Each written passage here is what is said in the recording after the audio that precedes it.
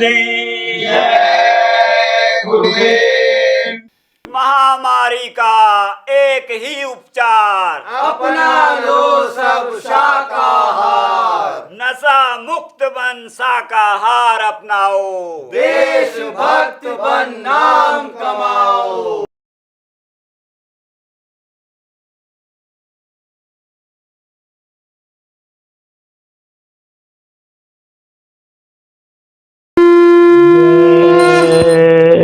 गुरुदेव।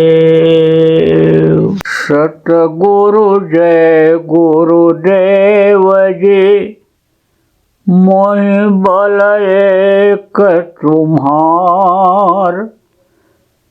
तुम बिन हित अपना नहीं, तन मन धन संसार।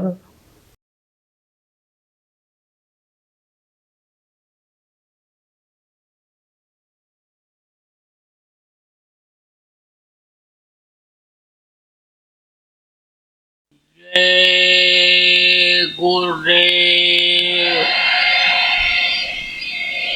सर्वसमर्थ सर्वत्र स्मरणीय परम पूज्य गुरु जी महाराज, उपस्थित सभी सत्संगी धर्म प्रेमी बच्चों एवं बच्चियों, गुरु महाराज की अपार दया मेहर हुई 27 फरवरी 2021 को हजारीबाग झारखंड के आप प्रेमियों का सत्संग के माध्यम से दर्शन का अवसर मिला। आप लोगों के ऊपर भी मालिक की दया कृपा मेहरबानी हुई कि आप यहाँ पर सत्संग की दो बातों को सुनने के लिए आप आए। देखो, आज पूर्णिमा है, यानी माघ पूर्णिमा जिसको कहते हैं। कल से फाल्गुन लग जाएगा, फिर अगली पूर्णिमा जो आएगी वो होली की पूर्णिमा कहलाएगी। यह पूर्णिमा साल में जो महीने होते हैं, हर महीने के हिंदी तिथि के अनुसार आखिरी तिथि को आती है। ये जितने भी ग्रह नक्षत्र हैं, ये सूर्य और चंद्रमा हैं, ये जितने भी देवी और देवता हैं, यह धरती और आसमान है, यह हवा पानी है, यह सब यानी आदमी से जुड़े हुए हैं। बहुत सारी चीज़ें तो आदमी के लिए ही उसने बनाया।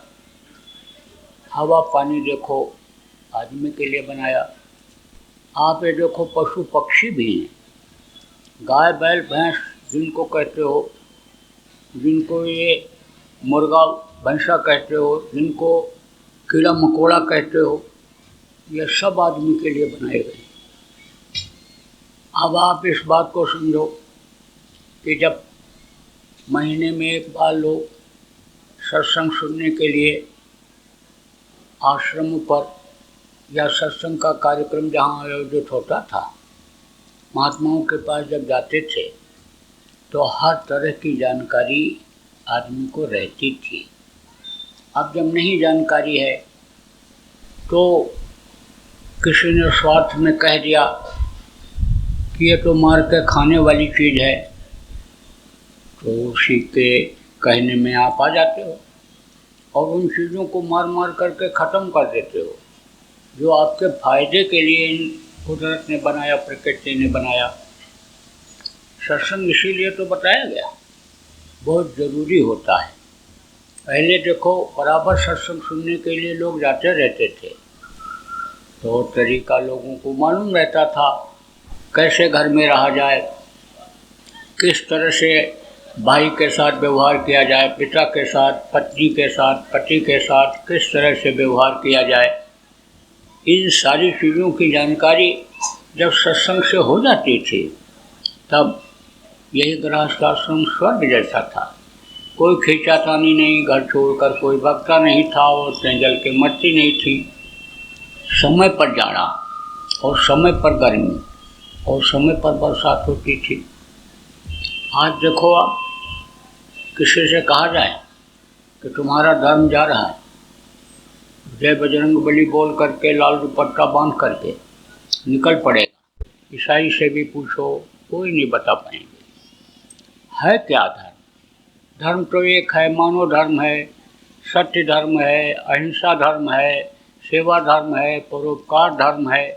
जब इस चीज़ की जानकारी हो जाती है तब आदमी से नफरत नहीं करता है, किसी भी मज़हब से नफरत नहीं करता है। आप समझो, पहले के समय में तो केवल एक ही धर्म था, अब बहुत सारे धर्म बनते चले जा रहे। पहले तो एक ही की पूजा होती थी, उस मालिक की, सर्वशक्तिमान की। अब देखो, जगह जगह पर अलग अलग देवताओं की पूजा होने लग गई। मान्यता लोगों ने दे दिया, पेड़ को कि देवता हैं, पत्थर को देवता हैं। आप समझो कि नदी तालाब को लोगों ने मान्यता दे दिया, कहा इसी में स्नान करने से मुक्ति मोक्ष होगा। तो न जानकारी में लोग भटक गए, और जब भटक गए तो जो लाभ मिलने का था इस तीज और त्यौहार का, अमावस्या पूर्णिमा का, उससे वंचित हो गए। आप समझो कि देवता को खुश करना जब नहीं समझ पाए, पूजा पाठ तो लोग करते, देवताओं को खुश करते, लेकिन देवता खुश नहीं होते। समय पर जाड़ा नहीं, समय पर गर्मी नहीं, समय पर बरसात नहीं। कारण क्या है? खुश करने का तरीका नहीं मालूम, वेद मंत्र मालूम नहीं। वेद किस में लिखा हुआ था? संस्कृत भाषा में। पहले केवल एक ही भाषा थी, अब बहुत सारी भाषाएं हो गईं, और अब भाषाओं के लिए मरने मिटने लग गए, जात के लिए, कौम के लिए मरने मिटने लग गए। भाई भतीजावाद, जातिवाद, कौमवाद, एरियावाद, भाषावाद, ये सब फैला दिया लोगों ने। कहाँ से शांति मिलेगी, सुकून मिलेगा? इन सब चीज़ों का कारण क्या बन गया? अशांति। घर घर में झगड़ा, घर घर में बीमारी, रुपया पैसा में बरकत न होना। हर आदमी परेशान हो गया, चाहे छोटा हो चाहे बड़ा हो, सब के सब लोग परेशान हैं इस समय पर। शांति नाम की चीज़ नहीं रह गई।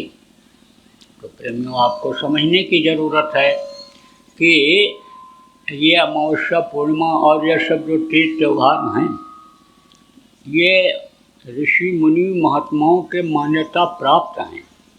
लेकिन जब इसका मतलब समझ में आ जाए, आप समझो, तभी उसका फायदा मिल सकता है। जैसे आज पूर्णिमा है,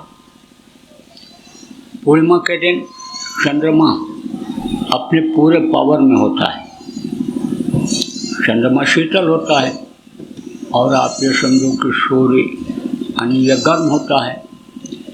इन दोनों के गर्मी और ठंडी से ही यानी घर्षण जैसे दो चीज़ों में होता है, ऐसे ही जब इनमें ये मिलते हैं दोनों, पूर्णिमा की तिथि के दिन दोनों अपने पावर में रहते हैं, तब रज और बीज की उत्पत्ति होती है।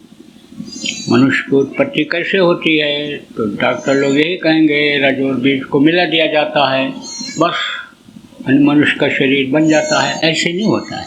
पूछो रज बीज कहाँ से उत्पन्न होता है, नहीं बता पाएंगे। पूछो ये सूर्य, मतलब इतनी भी जानकारी हो जाए कि सूर्य और चंद्रमा की उत्पत्ति कहाँ से हुई, कैसे हुआ, नहीं बता पाएंगे। कहा जब बहुकाल कीन सत्संगा तब मोह भ्रमंगा। ने तो मोह में, भ्रम में पड़े रह जाते हैं लोग। काल और माया का देश है, इसमें पड़े रह जाते हैं, समझ नहीं पाते हैं कि मनुष्य शरीर किसके लिए मिला है, और खाने पीने मौज मस्ती में ही इसको निकाल देते हैं। तो प्रेमियों, समझने की ज़रूरत है। घर्षण से ये शक्ति अंदर में पैदा होती है, और रज बीज की उत्पत्ति होती है, और जल, पृथ्वी, अग्नि, वायु और आकाश, ये 5 तत्व हैं। इन 5 तत्वों से इस शरीर की रचना होती है, माँ के पेट में बनता है। 6 तरह की शक्तियाँ शुरू से लेकर के और आखिर तक माँ के पेट से बाहर निकालने तक के लिए काम करती हैं। जन्म, अष्ट, परिणामी, वृद्ध और क्षीर। तो ये पंचभौतिक शरीर कहा गया है। 5 तत्वों का ये शरीर है। इसमें खट चक्र हैं, 6 चक्र हैं। यही चक्र ही शरीर को चलाते हैं। ये चक्र जीवात्मा जो परमात्मा की अंश है, 5 महीना 10 दिन का पिंड जब माँ के पेट में हो गया और उसमें डाला गया, तभी से ये बराबर इसमें जीवात्मा बनी हुई है। तो इसके प्रभाव से, असर से ये चक्र चलते रहते हैं। इंगला पिंगला सुषुम्ना ये 3 प्रमुख नाड़ियाँ हैं और इन नाड़ियों से 72,000 नसें जुड़ी हुई हैं। आप ये समझो, कुछ तो ऊपर से जुड़ी हैं, कुछ नीचे गुदा चक्र से होकर के ऊपर की तरफ ऐसे फैली हुई हैं। इस शरीर की रचना यानी प्रकृति की, जिसको कुदरत कहा गया, कि उसके द्वारा ये हुई है। यह सबसे श्रेष्ठ शरीर है, सबसे उत्तम शरीर है। इस शरीर के लिए देवता लोग भी तरसते रहते हैं। उनका 17 तत्वों का लिंग शरीर तो जरूर होता है, लेकिन उनके शरीर के अंदर ऐसा कोई रास्ता नहीं है कि इस जीवात्मा को परमात्मा तक पहुंचाया जा सके, जहां से उतर करके इसमें आ गई है, जहाँ से इसको इसमें डाल दिया गया है। इसलिए वो प्रार्थना करते रहते हैं कि थोड़े समय के लिए भी हमको अगर मनुष्य शरीर प्रभु आप दे दो तो हम अपना काम बना लेंगे। अपना काम किसको कहते हैं? जैसे इस समय जो आप काम करने में लगे हुए हो, ये अपना काम नहीं है। कहते तो हो मेरा घर है, मेरी ज़मीन है, मेरी जायदाद है, मेरा रुपया पैसा है, मेरी बीवी, मेरे बच्चे, मेरे पति, मेरे ही अनेक कुनबे के लोग, ये मेरे ही हैं, मेरे जाति के हैं, मेरे धर्म के हैं, ये सब तो आप कहते हो। लेकिन ये चीज़ें है, जड़ चीज़ हो चाहे चेतन हो, ये कोई भी आपके अपने नहीं हैं। देखो, अपना जो होता है कभी अलग नहीं होता, अपने साथ रहता है। अपनी चीज़ ये अगर होती, जिसको बाप दादा कहते रहे ये घर मेरा, ये घर मेरा, तो क्यों छोड़कर चले गए होते? ये मेरा बेटा, जिनके आप बेटा हो, पोता हो, वो भी ये कहते थे मेरे बेटा, मेरा पोता, तो आप को छोड़ करके वो क्यों चले गए होते? तो यह आपकी कोई भी चीज़ यहाँ की नहीं है जिसको आप अपना समझते हो। एक दिन जब हुक्म हो जाएगा, आपका समय पूरा हो जाएगा, तब इस शरीर को भी आपको खाली कर देना पड़ेगा। कितनी भी कोशिश करो, कितना भी प्रयास करो, कितना भी इसको बचाने की कोशिश करो, लेकिन यह शरीर भी आपका साथ नहीं देगा। तो आप समझो कि ये जीवात्मा जब समय पूरा हो जाएगा तो इसको इससे निकाल दिया जाएगा। कुछ समय के लिए आपको ये मिला है, तो ये आपका अपना काम नहीं है, ये अपनी चीज़ नहीं है। अपना काम क्या है? मनुष्य शरीर पाने का मतलब क्या है? अपना काम क्या है कि धाम अपने चलो भाई, पराये देश नहीं फंसना। ये पराया देश है, ये काल भगवान का देश है, यह आपका देश नहीं है। आप अपने देश से, सतलोक से जब से यहाँ नीचे उतारे गए, अभी तक वहाँ पहुँच नहीं पाए। अब की बार मौका मिला है और आप अगर उस मौके का लाभ उठा लोगे तो ये जीवात्मा अपने मालिक के पास पहुँच जाएगी। फिर इस दुख के संसार में दुख झेलने के लिए आने वाली नहीं है। तो प्रेमियों, आप ये समझो कि सबसे श्रेष्ठ शरीर ये मनुष्य शरीर है। आप समझो कि आप तो ऐसे खड़े होकर के, ऐसे गर्दन उठा करके पीछे भी देख सकते हो, बगल में भी देख सकते हो, इधर भी देख सकते हो, लेकिन वही जैसे आप खाते हो, गाय बैल भैंस भी खाते हैं। जैसे आप बच्चा पैदा करते हो, वो भी बच्चा पैदा करते हैं। आँख कान मुँह आपके भी है, उनके भी है। आप ये समझो, लेकिन उनके अंदर पूरे 5 तत्व नहीं हैं, 4 ही तत्व हैं। उनकी जीवात्मा यहाँ हृदय में है, आपकी यहाँ पर है। आप ये समझो, पिंड से उनकी बहुत उत्पत्ति होती है। पिंड किसको कहते हैं? यानी जो झिल्ली के अंदर बनता है, पिंड उसको कहते हैं। झिल्ली में वो भी पैदा होते, झिल्ली में बच्चा मनुष्य का भी पैदा होता है। तो मनुष्य शरीर सबसे श्रेष्ठ है। अब इसको समझ लेना ही यानी समझो मनुष्य शरीर पाने का लक्ष्य है, उद्देश्य है। तो मनुष्य शरीर मानव जीवन बड़ा अनमोल, और सद्गुरु मिले तब दिया भेद खोल। जिसको इस चीज़ की जानकारी है वही भेद यानी खोल सकता है। तो जब संत आए तो संतों ने इस मनुष्य शरीर का भेद खोला।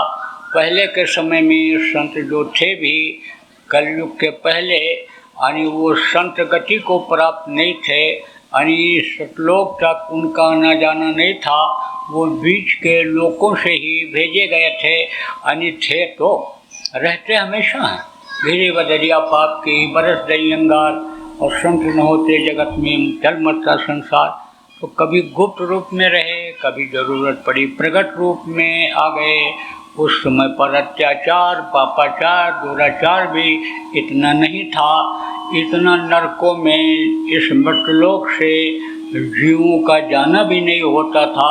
तो उनको जहाँ तक की थोड़ी बहुत जानकारी थी वहाँ तक का उन्होंने बताया। लेकिन जब संतों का प्रादुर्भाव इस धरती पर हुआ तो संतों ने सारा भेद खोल दिया और स्पष्ट बताया कि यह मनुष्य शरीर तुमको केवल भजन करने के लिए ही मिला है, भगवान की प्राप्ति के लिए ही मिला है, यानी दोज़ख नरकों से बचने के लिए मिला है। इस रूह को नूर तक पहुंचाने के लिए, खुदा का दीदार करने के लिए ही ये जिस्मानी मस्जिद उसने बख्शा है। ये हम मानो मंदिर है, जिस्मानी मस्जिद है, इबादत गार है। ये इसको समझने की ज़रूरत है। देखो, जो संत होते हैं, पूरे संत होते हैं, पूरे फकीर होते हैं, वो किसी से भी भेदभाव नहीं रखते। सबको समान दृष्टि से, एक नज़र से, यानी दृष्टिकोण से यानी सबको देखते हैं। क्योंकि वो किसके बंदे होते हैं? खुदा के बंदे, भगवान के बंदे जिनको कहा गया, सद्गुरु के बंदे, गुरु के बंदे जिनको कहा गया, वो होते हैं। तो आप ये समझो कि खुदा भगवान जिसको आप कहते हो उसने भी कोई भेदभाव, जाति पाति नहीं बनाया, ब्राह्मण क्षत्रिय वैश्य शूद्र नहीं बनाया, हिंदू मुसलमान सिख ईसाई नहीं बनाया। उसने भी तो इंसान ही बनाया है, आदमी नहीं बनाया।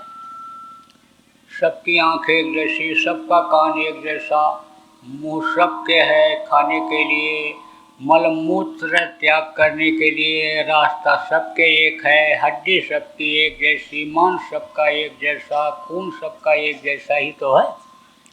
तो आपको प्रेमियों समझने की ज़रूरत है कि जो ये रूह है, जीवात्मा है, ये एक ही जैसी सबके जिस्म के अंदर, सबके शरीर के अंदर है। अब ये ज़रूर है कि शरीर को तो आप देख लेते हो, कपड़े को देख लेते हो, दाढ़ी बाल को देख करके आप पहचान जाते हो, लेकिन जीवात्मा को आप नहीं देख पाते हो। इसलिए आपकी ये समझ के बाहर की चीज़ है। आप ये समझो कि इतनी छोटी है कि इन बाहरी आँखों से आप जीवात्मा को, रूह को देख नहीं सकते हो। वो परमात्मा की अंश है, ये जीवात्मा नुक्ता समझो उस खुदा का, वो इस तरह से है, उसको आप देख नहीं सकते हो जीवात्मा को। यही जीवात्मा, यही रूह हिंदू मुसलमान सिख ईसाई ब्राह्मण क्षत्रिय वैश्य शूद्र जितनी भी जातियाँ उपजातियाँ इस दुनिया संसार में हैं, सब के अंदर वही रूह, वही जीवात्मा है। परमात्मा की अंश यही जीवात्मा सबके अंदर है।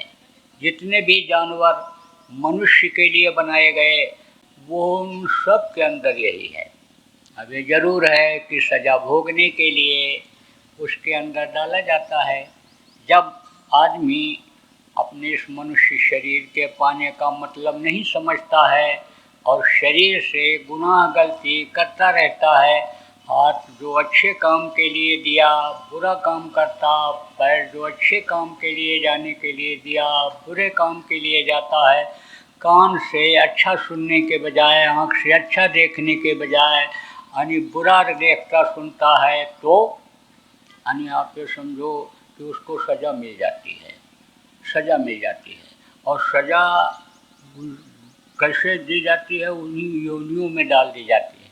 कुत्ता, बिल्ली, कीड़ा मकोड़ा, सांप, गोजर, बिच्छू, जिसकी जैसी सजा होती है उसी हिसाब से उसमें उसको डाला जाता है। भगते रहते हैं, जान बचाते रहते हैं, लेकिन फायदेमंद ये जितने भी हैं सब इंसान के लिए, आदमी के लिए ही होते हैं। ऐसे ये भी बता दें आपको, पहले के समय में घर घर लेट्रिन नहीं थी। अब भी सब जगह लेट्रिनें नहीं है। लेट्रिन मल त्याग करते हो जहाँ से, कोई झाड़े कहता है, कोई टट्टी कहता है, कोई पाखाना कहता है। तो आप ये समझो इतने ज़्यादा नहीं थे। तब कहाँ जाते थे लोग? गांव के बाहर खुले में। तो बना दिया किसको? वो सूकर जिनको कहते हो, लंबे मुंह वाले, वो जानवर सुबह ही निकल पड़ते हैं और जाते थे, खा करके साफ करके चले आते थे। और वही गंदगी जब पड़ी रह जाती है कहीं तो देखो कितनी बदबू आती है, हवा कितनी जहरीली हो जाती है गंदी चीज़ों से। तो इसलिए उनको ऐसे बना दिया गया। मछली है, तालाब की सफाई के लिए बनाई गई, क्योंकि जल की ज़रूरत है आदमी को। जल, पृथ्वी, अग्नि, वायु और आकाश, इन पांचों चीज़ों की ज़रूरत है। माँ के पेट में पिंड बनते ही ज़रूरत पड़ जाती है। वहाँ कैसे इसकी कमी पूरी होती है? वहाँ कमी पूरी होती है आप माँ के इन पांचों चीज़ों के लेने से। कभी माँ कहती बड़ी घबराहट हो रही है, तो बच्चा अंदर में घबराहट पैदा करता है। खुली हवा में गर्भवती महिला जा कर के बैठ जाती है, कहती है हाँ अब थोड़ा आनंद मिला। तो वो हवा और ये आकाश तत्व और ये पृथ्वी तत्व माँ से उसको मिलता है बच्चे को, और बाहर भी इसकी ज़रूरत है। तो तालाब की सफाई के लिए मछली बनाई गई। अब आप ये समझो, कोई भी गंदी चीज़ आप उसमें डाल दो, खखार के थूक दो, आप समझो कि कोई टट्टी करके लेट्रिन करके धोने के लिए जाए, टुकड़े गिरेंगे तो मछली खाएगी। कोई गाय, बैल, भैंस, सुअर, भैंसा कोई भी बह करके चला हुआ नदी तालाब में, कोई भी सांप, गोजर, बिच्छू बह करके नदी तालाब में आ जाए तो मछली उसको खाएगी। बहुत से लोग कहते हैं कि मछली खाएंगे नहीं तो बहुत मछलियाँ हो जाएंगी, और जब ज़्यादा मछली हो जाएंगी गंदगी फैल जाएगी, मर जाएंगी उसी में, नहीं खाएंगे तो मर जाती हैं। तो मछलियाँ ऊपर तैरती हैं, जिंदा रहती हैं तब तक तो उनको पानी की ज़रूरत रहती है, पानी नहीं छोड़ती हैं, अंदर अंदर ही चलती रहती हैं, बड़ी तेज़ गति से चलती हैं। आदमी उतना तेज़ नहीं चल सकता है जितना तेज़ मछली चलती है। ये जीवात्मा है ना, जो इन्हीं दोनों आँखों के बीच में बैठी है। आप ये समझो कि इसकी गति है, जब तक इसके अंदर यह है बहुत धीमी गति से चलती है। यहाँ ऐसे धीरे सुतर के आ जाती है, जब सो जाओ तो जीवात्मा मन के साथ यहाँ कंठ चक्कर पर आ जाती है। यहाँ यहीं पर सपने आने लगते हैं। 16 दल कमल है, कमल 16 दल यानी 16 पंखुड़ियों वाला कमल, उस पर बैठे हुए हैं। कौन बैठी हुई हैं? आद्या महाशक्ति ब्रह्मा विष्णु महेश की माँ बैठी नहीं, उनकी परछाई पड़ती रहती है, तो वो दिखाई पड़ती हैं जब चक्र रुकता है तो वहीं पर यह जीवात्मा उतर करके यहीं पर आ जाती है। यहाँ पर तो 16 तरह के ही सपने आते हैं आदमी को। देखो कहीं आदमी जैसे मान लो कि दूसरी जगह शहर में है, तब तक सपने में ही देखेगा अरे हम तो यहाँ गांव में पहुँच गए, अरे हम तो वहाँ गुरु महाराज पास पहुँच गए, अरे हम तो तीर्थ में पहुँच गए। इस तरह से अन्य तरह तरह के सपने, 16 तरह के सपने आते हैं। तो ये इधर उधर करके ये चली जाती है। इसकी गति बड़ी धीमी रहती है यहाँ, जब तक इस पिंड में शरीर में रहती है। आगे जब बढ़ती है तो इसकी गति मछली की तरह से हो जाती है। मछली बड़ी तेज चलती है, यानी मीन गति कहा गया इसको, संतों ने मीन गति कहा। और आगे जब बढ़ती है तो मकड़ी की तरह से चलती है, बड़ी तेज़ी से चलती है। और जब और आगे बढ़ती है शब्द को पा जाती है, जब त्रिकुटी से आगे बढ़ती है यानी समझो मन रुक जाता है और यही सब माया सब जब छूट जाता है, पकड़ती है जब उसको शब्द को, तो इसकी गति विहंगम हो जाती है। विहंगम गति किसको कहते हैं? जिसका कोई अंदाज़ा न लगाया जा सके कि कितनी तेज़ी से ये चीज़ जा रही है, ये जीवात्मा कितनी तेज़ी से जा रही। तो मछली जब तक पानी में रहेगी तब तक बहुत तेज़ चलेगी, अब जैसे मर जाएगी तैसे पानी के ऊपर आ जाती है। तब अगर मछलियाँ ही तालाब में मरी पड़ी रह जाएं तो भी पानी गंदा हो जाएगा, दूषित हो जाएगा। तब उसके लिए गिद्ध और कौवों को बना दिया, ये उसको खाएंगे। छोटे छोटे कीड़ों को बड़े कीड़े खा जाते हैं, बड़े कीड़ों को ये जैसे आपके बिल्ली है, छिपकली है और ये है, ये खा जाते हैं उनको। आप ये समझो ये उनके लिए बनाया गया। अब जब आदमी की नीयत खराब हुई तो इनकी भी नीयत खराब हो गई, समय का असर इनके ऊपर हो गया। कहीं कहीं पर आप देखो महात्माओं के यहाँ शेर और बकरी कहते हैं एक ही घाट पर पानी पीते हैं, एक दूसरे को जब समझ जाते हैं तो बोलते नहीं।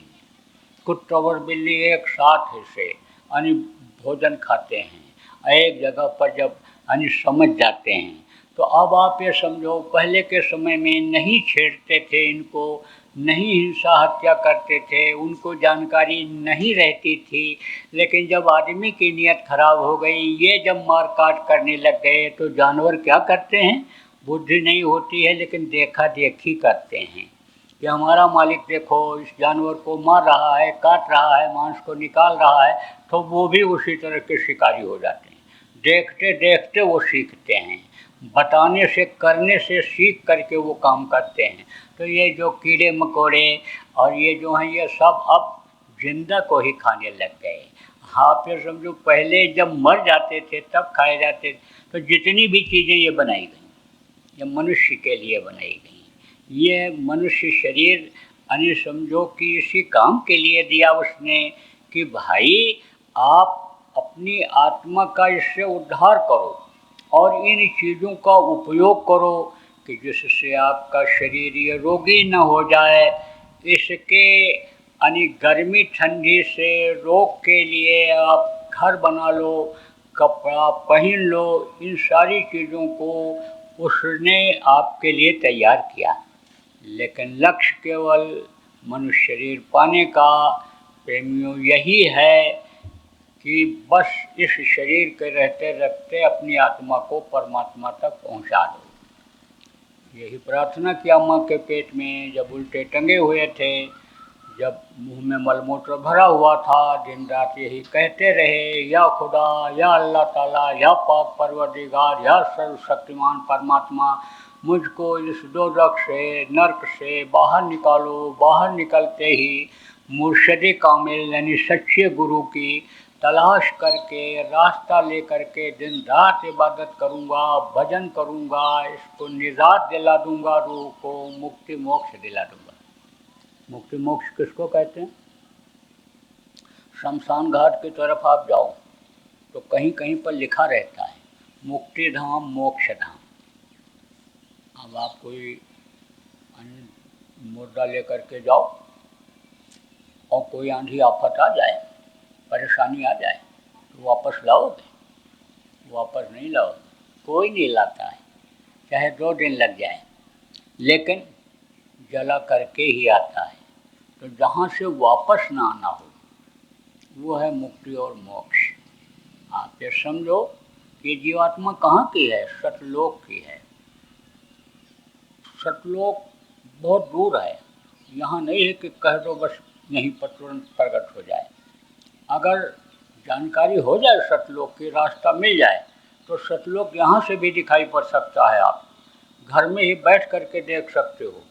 और अगर जानकारी नहीं है तो आप समझो कि बहुत दूर है, आप तो इस मृत्युलोक में हो। मृत्युलोक का मतलब क्या होता है? मृत्यु माने होता है बाहर, जहाँ से एक दिन मनुष्य को बाहर निकाल दिया जाना होता है, पशु पक्षियों को बाहर निकाल दिया जाना होता है, कीड़ों मकोड़ों को बाहर निकाल दिया जाना होता है, वो है मृत्युलोक।